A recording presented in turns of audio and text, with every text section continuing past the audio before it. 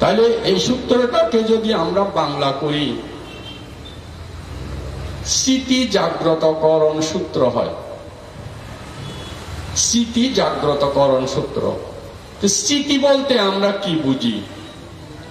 বর্তমান সময়ে স্মৃতি বলতে আমরা বুঝি কোনো কিছু স্মরণ করা, তাই নয় কি? কিন্তু আসলে 2500 বছর আগে স্মৃতি শব্দের অর্থ স্মরণ করা ছিল না। স্মৃতি শব্দের অর্থ ছিল আমরা যখন যে কাজটা করি ওই কাজে আমাদের মন জাগ্রত রাখা, এটাকে স্মৃতি বলে। 2500 বছর আগের এটি একটি ভাষা।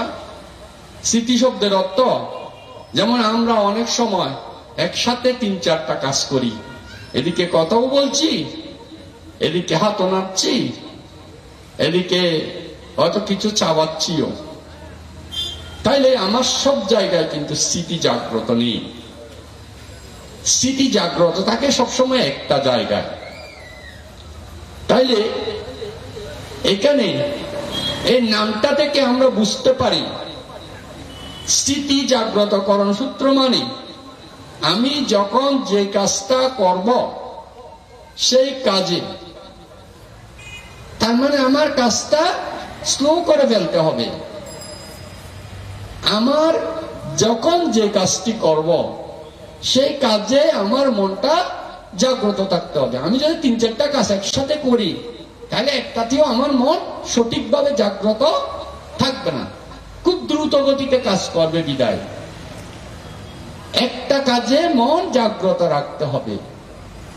আর এই সাতিপাট্টান সূত্র, আসলে দেখুন এই সাতিপাট্টান সূত্রের প্রথম শুরুতে একবার এবং শেষে একবার, 2বার তথাগত সম্যক সম্বুদ্ধ বলেছেন একায়ানো আয়াং বিক্ষাবে মাগ্গো সত্তানাং বিশুদ্ধিয়া শোকা পারিদেবানাং দুঃখা সমা চমায়া দোমানাসাং আত্থাঙ্গমায়া আয়ায়াসা আদিগমায়া নিব্বানাসা সস্যিকায়ায় ক্রিয়ায়া ইয়াদিদং চাত্তারো সাতিপাট্টানা। এই যে একায়ানো আয়াং বিক্ষাবে মাগ্গো, মার্গ শব্দের অর্থ পথ বা রাস্তা, মানে এই ভিক্ষুগণ ইহা একমাত্র পথ, সত্তানাং বিশুদ্ধিয়া প্রাণীগণের বিশুদ্ধির জন্য ইহা একমাত্র পথ, শোকা আমাদের মনের শোক দূর করার জন্য ইহা একমাত্র পথ, শোকা পারিদেবা অনুতাপ অনুশোচনা এগুলো দূর করার জন্য ইহা একমাত্র পথ, দুঃখ দোমানাসানা আমাদের শারীরিক দুঃখ এবং মানসিক দুঃখ দূর করার জন্য ইহা একমাত্র পথ, জ্ঞান বর্ধিতকরণের জন্য ইহা একমাত্র পথ, এবং নিব্বানাস্যা সস্যিক্রিয়ায়া নির্বাণ লাভের জন্য ইহা একমাত্র পথ। চাত্তারো সাতিপাট্টানা, এটাকে 4 ভাগে ভাগ করেছেন।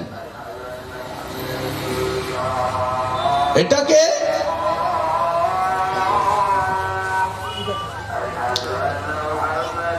এটাকে 4 ভাগে ভাগ করেছেন।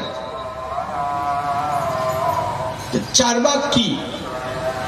প্রথমে বলেছে কায়ে কায়ানুপাস্যি বিহারাতি, মানে শরীরকে নিয়ে ধ্যান করা, চরিত্র অনুসারে। আমাদের উপাসক স্বাগত ভাষণে বলেছেন 6 প্রকার চরিত্রের মানুষকে এই সাতিপাট্টান দেশনা করেছেন, তাই বিবিধভাবে কর্মস্থান দিয়েছেন। এখানে 21টি কর্মস্থানে বিভক্ত করেছেন, 21টি ধ্যান পদ্ধতি এই সাতিপাট্টানের মধ্যে রয়েছে। তার মধ্যে 14টি অর্থে কায়ানুপাসনা, মানে আমাদের শরীরকে নিয়ে কিভাবে ধ্যান করতে হবে, এইভাবে 14টি ভাগে ভাগ করেছে। এবং বেদানানুপাসনা, মানে অনুভূতিকে, আমাদের অনুভূতিকে নিয়ে, এটা কর্মস্থান হিসেবে একটি, কিন্তু 9 প্রকার অনুভূতির কথা এই সাতিপাট্টানে ব্যক্ত করেছেন। আর চিত্তানুপাচ্ছানার মধ্যে এটি কর্মস্থান হিসেবে একটি, কিন্তু 16 প্রকার চিত্তের কথা ব্যাখ্যা করেছেন। আর ধম্মানুপাসনার মধ্যে তাহলে কয়টা গেল কর্মস্থান হিসেবে? কায়ানুপাসনার মধ্যে 14টা, বেদানুপাসনা একটা, 15টা, চিত্তানুপাসনা কর্মস্থান হিসেবে একটা, 16টা। তাহলে অবশিষ্ট 5টা ধর্মানুপাসনার মধ্যে কর্মস্থান হিসেবে ব্যাখ্যা করেছেন। এই 16টা কর্মস্থানের মধ্যে বলেছেন এই সাতিপাট্টান তুমি কোথায় ধ্যান করবে? বলেছেন আড়াইয়ে রুক্ষমূলে শূন্যাগারে বিক্ষাবে। এই ভিক্ষুগণ তুমি অরণ্যে, অরণ্য বলতে কোথায় বুঝিয়েছেন? যে স্থানে চতুর্দিকে দেখলে দ্বিতীয় ব্যক্তি দেখা যাবে না। রুক্ষমূলে, বৃক্ষমূলে, যেই বৃক্ষের নিচে বসলে চতুর্দিকে দেখলে দ্বিতীয় ব্যক্তি দেখা যাবে না। অথবা শূন্যাগারে, শূন্য গৃহ, যে গৃহর মধ্যে দ্বিতীয় ব্যক্তি থাকে না। আমার এই সাতিপাট্টান অনুশীলনের স্থান নির্ণয় করে দিয়েছেন বুদ্ধ। আরে রুক্ষমূলে শূন্যাগারে বিক্ষাবে। এই ভিক্ষুগণ তোমরা অরণ্যের মধ্যে বসে অথবা বৃক্ষতলে বসে অথবা শূন্য গৃহের মধ্যে বসে আমার এই সাতিপাট্টান অনুশীলন করতে হবে। তারপর এই সাতিপাট্টানে প্রথম কর্মস্থানটি হচ্ছে আনাপানাসতি। আমি শুধু আজকে 21টি কর্মস্থানে একটি কর্মস্থান সংক্ষেপে আলোচনা করব। আমি 21টি কর্মস্থান প্রত্যেকটা আলোচনা করতে গেলে এখানে 6-7 দিন আলোচনা, কারণ আমি বিশেষভাবে ধ্যান কোর্স পরিচালনা করি, আমি ওয়াইফ পরিচালনা করি।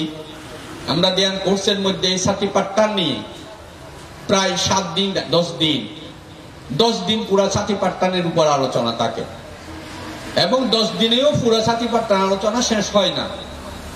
অতএব যেটা 10 দিনেও প্রতিদিন 2-3 ঘন্টা আলোচনা করার পরও যে আলোচনা 10 দিনে শেষ করা যায় না, আমি এখানে আধা ঘন্টা 1 ঘন্টার মধ্যে কিভাবে আলোচনা করতে পারবো? যেটা আমরা 10 দিনের ধ্যান কোর্সে পুরো 2-3 ঘন্টা করে প্রতিদিন আলোচনা করি এই সাতিপাট্টানের উপর, 10 দিনেও এটা পুরো শেষ করতে পারি না। আর এখানে আমি আধা ঘন্টা 1 ঘন্টায় কিভাবে আলোচনা করতে পারবো? তাই আমি প্রত্যেকটা কর্মস্থান আজকে আলোচনায় আনবো না। যেমন প্রথম কর্মস্থানটি কায়ানুপাসনার আনাপানাসতি, মানে শ্বাস প্রশ্বাসকে নিয়ে ধ্যান করা। দ্বিতীয় কর্মস্থানটি ইজ্জপন, যেটা আমাদের উপাসক বলেছেন বাহিউকে ব্যাখ্যা করেছিলেন। দিত্যে দিত্যে মাত্তাং ভাবিষ্যতি, সুতে সুতে মাত্তাং ভাবিষ্যতি, বিয়েতে বিয়েতে মাত্তাং ভাবিষ্যতি, যেটা এই ইজ্জপদ ভাবনার মধ্যে এবং সম্প্রজ্ঞান ভাবনার মধ্যে এই জিনিসটা চলে আসে। যেটা ইজ্জপদের মধ্যে 4 ইজ্জপদ, মানে আমার গমনে, শয়নে, উপবেশনে এবং টিকটা তো দাঁড়ানোতে, মানে দাঁড়ানো অবস্থায়, গমন অবস্থায়, শায়িত অবস্থায় এবং বসা অবস্থায়, এই 4ই পথে আমি সবসময় স্থিতিকে জাগ্রত রাখব। সম্প্রজ্ঞানটি হচ্ছে মূলত আমার সবসময় দেহ মনে কখন কি উৎপন্ন হচ্ছে এই বিষয়কে নিয়ে জাগ্রত রাখা, এটি সম্প্রজ্ঞান। এটি তৃতীয় কর্মস্থান। আর চতুর্থ কর্মস্থানটি হচ্ছে প্রতিকূল মানসিকা। প্রতিকূল মানসিকা নিয়ে আমি আজকে আলোচনা করব, কারণ একটা বিষয় ধরলে হয়তো কিছুটা আলোচনা করা যাবে। আমি পুরা সাতিপাট্টানকে নিয়ে যদি আলোচনা করতে চাই কোনোটাই আসবে না পুরোপুরি। তো প্রতিকূল মানসিকার নিয়ে আমি আলোচনা করব। আচ্ছা, এই যে প্রতিকূল মানসিকাটা 21টি কর্মস্থানে চতুর্থ কর্মস্থান। প্রতিকূল, এটাকে প্রতিকূল বলেছে কেন? প্রতিকূল মনসিকা মানে মনস্কারটা অনুকূল ভাবে না করে প্রতিকূল ভাবে করতে হবে। তো প্রতিকূল ভাবে কিভাবে করব? যেমন আমরা একজন নারী একজন যুবক পুরুষকে যদি দেখে, তার কি দেখে? একজন যুবতী নারী একজন যুবক সুন্দর সুদর্শন পুরুষকে যদি দেখে, কি দেখে? দেখার সময় তার সুন্দর দেহটিকে দর্শন করে, তার চুল দর্শন করে, তার পোশাক আশাক দর্শন করে, তার প্রতি আসক্তি উৎপন্ন করে, পেতে চায়। ঠিক একটি পুরুষ একজন যুবক একজন যুবতী নারীকে যদি দর্শন করে, আমরা কি দর্শন করি? হয়তো যুবতী নারীটির চুল, তার হয়তো লম্বা নখ থাকলে নখের মধ্যে যদি নীল পালিশ দেয়, এগুলো দর্শন করি। তার সুন্দর কোকড়া কাটা চুল দর্শন করি, তার চেহারাটা দর্শন করি। সে যদি একটু হাসি দেয়, তার হাসিটা দর্শন করি। এইভাবে দর্শন করতে করতে কি হয়? আমাদের ওই মেয়েটির প্রতি আকর্ষণ উৎপন্ন হয় না? তাহলে একজন নারী এবং একজন পুরুষ আমরা ওইভাবে অনুকূলভাবে দর্শন করতে গিয়ে আমরা আকর্ষণ উৎপন্ন করি, যেটাকে বৌদ্ধ পরিভাষায় বলে আসক্তি, আর আমাদের এমনি বাংলা ভাষায় বলে আকর্ষণ। এই আকর্ষণটা যখন উৎপন্ন হয়, তখন কি হয়? চুম্বক যেমন একটিকে আকর্ষণ করে, বা চুম্বক লোহাকে আকর্ষণ করে নেয়, ঠিক ওই নারীটি পুরুষটিকে পেতে চায়, আকর্ষণ করে, আর পুরুষটি নারীটিকে আকর্ষণ করে দুজন, একজনের প্রতি একজন পাওয়ার ইচ্ছা জাগে, মনে বাসনা জাগে, তখন তৃষ্ণার উদয় হয়। এই তৃষ্ণায় আমাদের পুনর্জন্মের কারণ ঘটায়। তো এখানে প্রতিকূল মনসিকা বলতে বুঝিয়েছে কিভাবে এটাকে বিকর্ষণ করা যায়। আমি এখন পেতে চাই, কিন্তু এটাকে তৃষ্ণার দিকে না এনে, এটাই ভূচক্র মেলার মূল জিনিস, আসলে ভবচক্রের মূল জিনিস। আমি এটাকে বিকর্ষণের দিকে নিয়ে যাব। কিভাবে নেব? যেমন আমরা প্রব্রজ্জা যখন দিই, এই প্রব্রজ্জা দেওয়ার সময় একজন ছেলেকে যখন প্রব্রজ্জা দিই, তাকে গায়ে কাপড় দেওয়ার আগে আমরা একটা লেজার নিয়ে এই যে মাথায় টেনে টেনে বলি, কেসা, লোমা, নাকা, দান্তা, তাসো, তাসো, দান্তা, নাকা, লোমা, কেসা। এটি কোন আপনারা মনে করে বাংতে এটি মন্ত্র বলতেছে, তাই না? বাংতে এটি কোন মন্ত্র বলতেছে, আসলে এটি কোন মন্ত্র নয়, এটি প্রতিকূল মানসিকা ধ্যানটা দিয়ে দিয়েছে। কেসা বলতে মানে এই শরীরে আছে কেশ, লোম, নখ, দাঁত, চামড়া সহ 32 প্রকার অশুচি পদার্থের সমষ্টি। এই কথা বলে, তাহলে এখানে দেখুন, একজন লোক প্রব্রজ্জার জন্য আসলো, সে প্রার্থনা করলো, বান্তে সর্বদুঃখ হইতে মুক্ত হইয়া নির্বাণ লাভের জন্য এই কাঁসাই বস্ত্র দ্বারায় আমাকে প্রব্রজ্জা দান করুন। প্রার্থনাটা করলো কি? সর্ব দুঃখ হইতে মুক্ত হইয়া নির্বাণ লাভের জন্য এই কাঁসাই বস্ত্র দ্বারাই অনুগ্রহ পূর্বক আমাকে প্রব্রজ্জা দান করুন। আর বানতে বলল, তোমার শরীরটা কেশ, লোম, নখ, দাঁত, চামড়া সহ 32 প্রকার অসুচি পদার্থের সমষ্টি। এক কথায় তোমার শরীরটা পচা, যাও কাপড় পরে আসো। এটা কোন মন্ত্র হলো? উনি প্রার্থনা করলেন সর্ব দুঃখ হইতে মুক্ত হইয়া নির্বাণ লাভের জন্য আমাকে প্রব্রজ্জা দিন। আর বানতে বলল, তোমার দেহটা পুরা পচা, যাও তুমি কাপড় পরে আসো। এটা কোন মন্ত্র? মন্ত্র হয়? আসলে কোন মন্ত্র নয়। এই প্রতিকূল মানসিকা দিয়ান্তি দিয়েছেন। কিভাবে প্রতিকূল মানসিকা দিয়ান্তি দিয়েছেন? আজকে জগতে এই যে আমাদের অনুকূলতার কারণে আমাদের যুবক যুবতীরা, যখন আমাদের ছেলে সন্তানেরা যুবকে পরিণত হয়, তখন একজন নারী একজন পুরুষের প্রতি আকৃষ্ট হয়, একজন পুরুষ একজন নারীর প্রতি আকৃষ্ট হয়। আকৃষ্ট হতে গিয়ে এক সময় হয়তো প্রেম প্রস্তাব দিয়ে বসে। তো প্রেম প্রস্তাব যদি গ্রহণ করে করলো, না করলে হয়তো এমনও হতে পারে গাল বেড়াই একটা চর মেরে দিতে পারে। পারে না? পারে না? প্রেম প্রস্তাব নিয়ে গেলে তাহলে চরটা যদি মেরে দেয়, এখন চরটা দিয়ে যদি তার জ্ঞান আসে তাইলে তো ভালো। সে অন্তত নীরবে কেউ না দেখে মতো যদি চলে আসে তাইলে তো মঙ্গল। কিন্তু সে যদি বলে, ঠিক আছে তোমার এই সুন্দর রূপ, তুমি আমাকে গালে চর মেরেছ, তোমার সুন্দর রূপ আমি দেখিয়ে দেব। কি করে? হয়তো এসিড নিয়ে এসিড নিক্ষেপ করে। তখন কি হয়? কেস হয় না? কেস হলে এটার জন্য যাবজ্জীবন মৃত্যুদণ্ড পর্যন্ত আসছে না? তাহলে এটা কেন হয়? এই প্রতিকূল মানসিকা আমাদের সন্তানেরা জানে না বলে।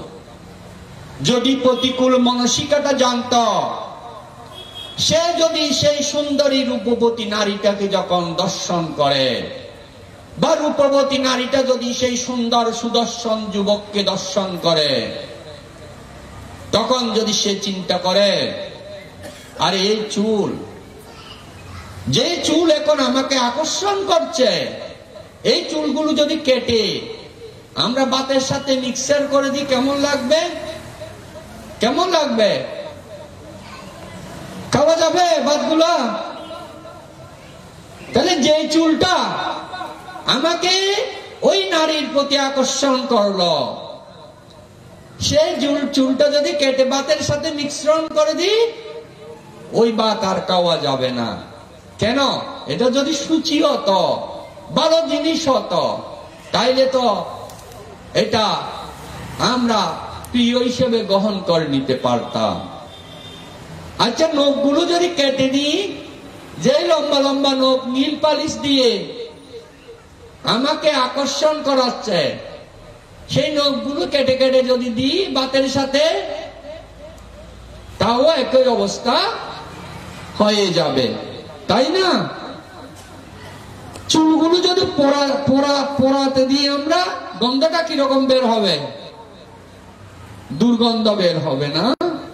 নখগুলো যদি পোড়াতে দিই, তাও দুর্গন্ধ বের হবে। আচ্ছা, ওই নারী বা ওই পুরুষটি যদি একটা হাসি দেয়, তখন দাঁত দেখা যায়, তার দাঁতের হাসি ওই পুরুষ বা নারীকে আকর্ষণ করে। যদি দাঁতটা খুলে যদি তার বাতের তালায় দেওয়া হয়, কেমন লাগবে? বা দাঁতগুলো যদি খুলে ফেলা হয়, ওই নারীটিকে কেমন দেখাবে বা ওই পুরুষটাকে কেমন দেখাবে? ঠিক এই বাইরে তারপর চেহারাটা, যে সুন্দর রূপবতী রূপ চেহারা আপনাকে আকর্ষণ করলো, যেই সুদর্শন যুবক আপনাকে আকর্ষণ করলো, আমরা যদি চামড়াটা যদি তুলে ফেলি, তুলে যদি আলাদা করে দিই, তখন আর সেই সুদর্শন থাকে বা এই সুন্দরী রূপবতী যুবতী থাকে? এটাকে পাট পাট করে ফেলতে বলেছে বুদ্ধ। বুদ্ধ বলেছে এইভাবে যদি আমরা ভিতরে প্রবেশ করি, পায়খানা, প্রস্রাব, রক্ত, মাংস, পুঁজ, অস্থিমজ্জা, স্নায়ু, এই সকলের সমষ্টিগতভাবে এই দেহের সৃষ্টি। আসলে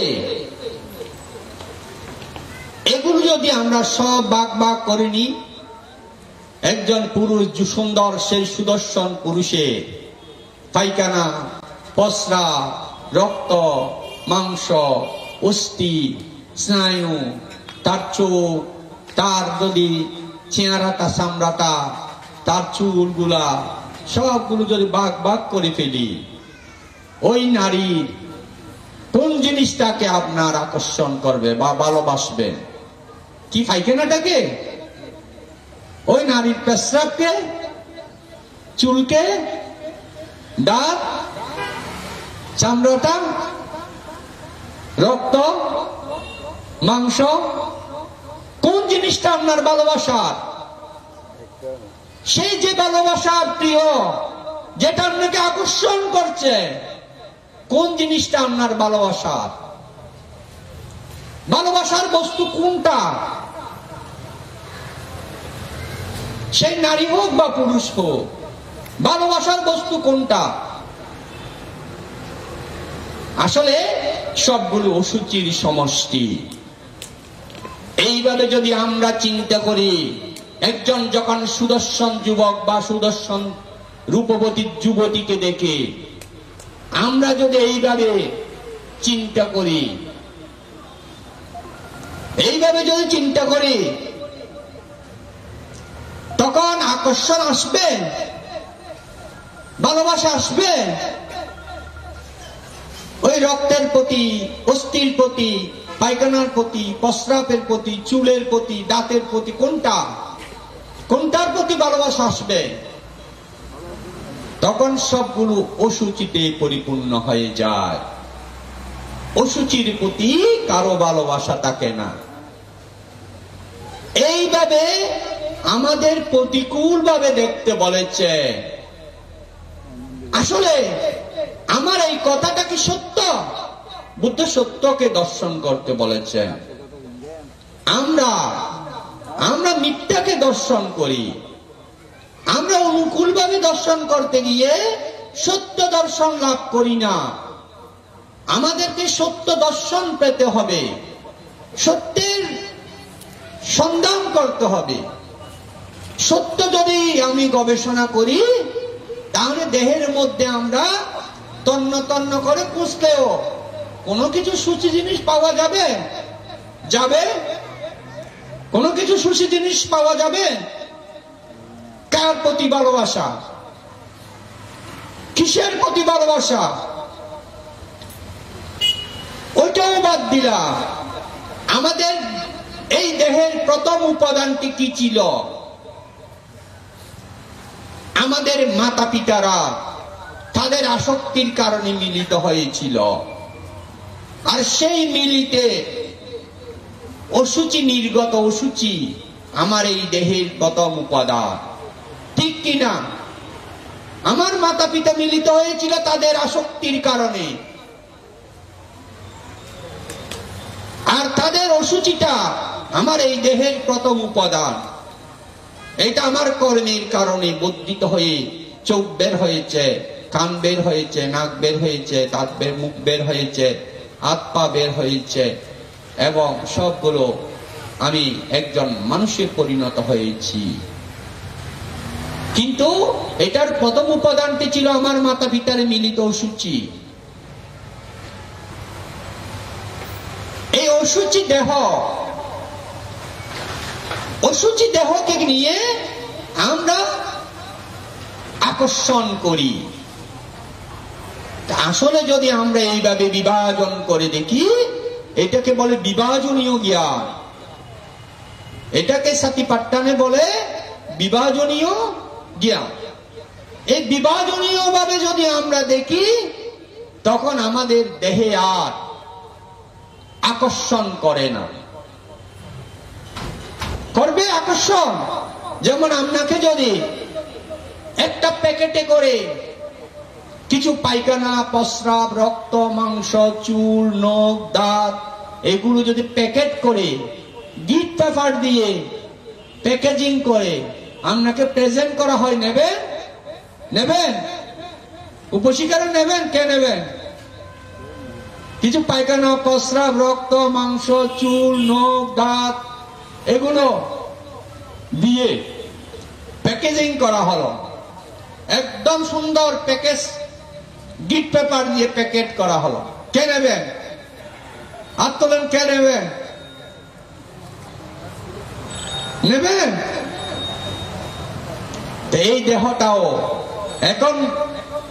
এখন এই দেহের মধ্যে যদি বিভাজন করে, আমাদের চামড়াটা হচ্ছে গিফট পেপার,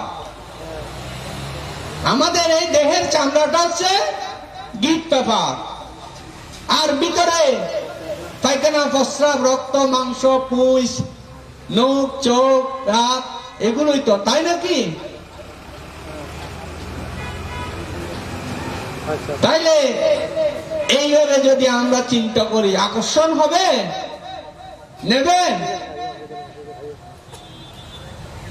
আমাদের বনবান্তে বলতেন, এই যে গাট্টি নলেজ করে, গাট্টি নলেজ। আসলে দেখো, এই আকর্ষণ সৃষ্টি করে অনুকূল ভাবে যখন দর্শন করি, আর এটাকে যদি আমরা প্রতিকূল দর্শন করি, তখন এটা বিকর্ষণ সৃষ্টি করে। এই বিকর্ষণের পরিভাষায় বিদর্শন, বিকর্ষণটা বিদর্শন হয়। আমরা যেটা বিদর্শন বলি, এটা বিকর্ষণ, তার মানে আকর্ষণ করে না। একটি নারী একটি পুরুষকে আকর্ষণ করে না, আকর্ষণ করে না বলে আমরা সংসারের মধ্যে প্রবেশ করি না। একটি নারীর প্রতি আমরা আকৃষ্ট হই না, আমরা ব্রহ্মচর্য জীবন যাপন করি। ব্রহ্মচর্য জীবন যাপন করতে গিয়ে এই প্রতিকূল মানসিকা ভাবনা যদি করে, তার ব্রহ্মচর্য জীবন কোনোদিন স্খলিত হবে না। যদি প্রতিকূল মানসিকা ভাবনাটা করে, তার ব্রহ্মচর্য জীবন কোনোদিন স্খলিত হবে না, কোনোদিন স্খলিত হবে না। তা আসলে এইভাবে আমাদের এটি হচ্ছে অনেক সময় মুসলিম ধর্মের লোকেরা, হিন্দু ধর্মের লোকেরা বা খ্রিস্টান ধর্মের লোকেরা অনেক সময় আমাদের প্রশ্ন করে, ভাঙতে আপনারা সংসার না করে, বিবাহ না করে সারা জীবন কিভাবে কাটিয়ে দেন? এখানে কোনো মন্ত্র আছে নাকি? এটা প্রশ্ন করে। বিবাহ না করে সারা জীবন কিভাবে কাটিয়ে দেন? এখানে কোনো মন্ত্র আছে নাকি? আসলে এটাই হচ্ছে মন্ত্র। এটি হচ্ছে এই সংসার না করে, একটি নারীকে বুক না করে সারাটা জীবন যে আমরা কাটিয়ে দিতে পারি, এটাই হচ্ছে সেই মন্ত্র, অন্য কিছু নয়। এই মন্ত্র যে জপ করবে, এই মন্ত্র যে ভাবনা করবে, এই মন্ত্র যে সবসময় দেহকে বিভাজন, বুদ্ধ বলেছেন কায়নস্থিতি যার ভাবিত নির্বাণ তার করতলে। যিনি এইভাবে সবসময় স্মৃতিমান থাকে, নির্বাণ তার হাতের মুঠোয়। হাতের মুঠোয় যেমন আমরা একটা জিনিস থাকলে যখন ইচ্ছা তখন পেতে পারি না, যখন ইচ্ছাই পাবো না, আমার হাতের মুঠোয় জিনিসটা আছে, ঠিক এই নির্বাণ যারা কায়নস্থিতি ভাবনা, এই প্রতিকূল মানসিকা ভাবনা করে, নির্বাণ তাদের জন্য দূরে নয়। আমাদের বনবান্তে একটা গাতায় বলতো, দূরে নয় কাছে নয় খুঁজিলেই পায়, লোক দেশ মহতারে ডাকিয়েছে গায়, আবরণ কোলে পেল দেখিবে নির্বাণ, চিরশান্ত হবে তুমি রহিবে অম্লান। এটা সবসময় বলতো বনবান্ত। যা হোক, আমি এই যে প্রতিকূল মানসিকার কথা বলেছি, বিশেষভাবে আমি যুবক যুবতীদের প্রতি দৃষ্টি আকর্ষণ করি। এই যে আমরা জানো অনুকূল দর্শন না করি, আমরা যদি প্রতিকূল দর্শন করি, আমাদের আর প্রেম প্রস্তাব নিয়ে যেতে হবে না। প্রেম প্রস্তাব নিয়ে না গেলে গালে চর খেতে হবে না, চর না খেলে এসিড মারার প্রশ্ন আসবে না। আজ পৃথিবীতে এত হানাহানি, এই একটি নারীকে নিয়ে একটি পুরুষকে নিয়ে একটি নারী, আজকে যত অঘটন ঘটছে পৃথিবীতে একমাত্র প্রতিকূল মানসিকার অভাবে। তাই যুবক যুবতীদের এই প্রতিকূল মানসিকা জ্ঞান যদি করে, তারা কোনোদিন স্খলিত হবে না। তাদেরকে কোনোদিন একটি নারী যত প্রলোভন দেখাবে দেখা, বা একটি নারীকে একটি পুরুষ যতই প্রলোভিত করো, সে যদি প্রতিকূল মানসিকা ভাবিত রাখে, তাকে কোনোদিন পারবে না আকর্ষণ করতে। এই আকর্ষণ করতে না পারলে অঘটন ঘটার সম্ভাবনা থাকে না। তাই আমি এই প্রতিকূল মানসিকা ভাবনা করতে বলবো। আমি সাতিপাট্টানের আর অন্য কর্মস্থান আলোচনায় যাচ্ছি না, যেহেতু আমার এখানে বিনয় কর্মের মধ্যে আলোচনা আছে।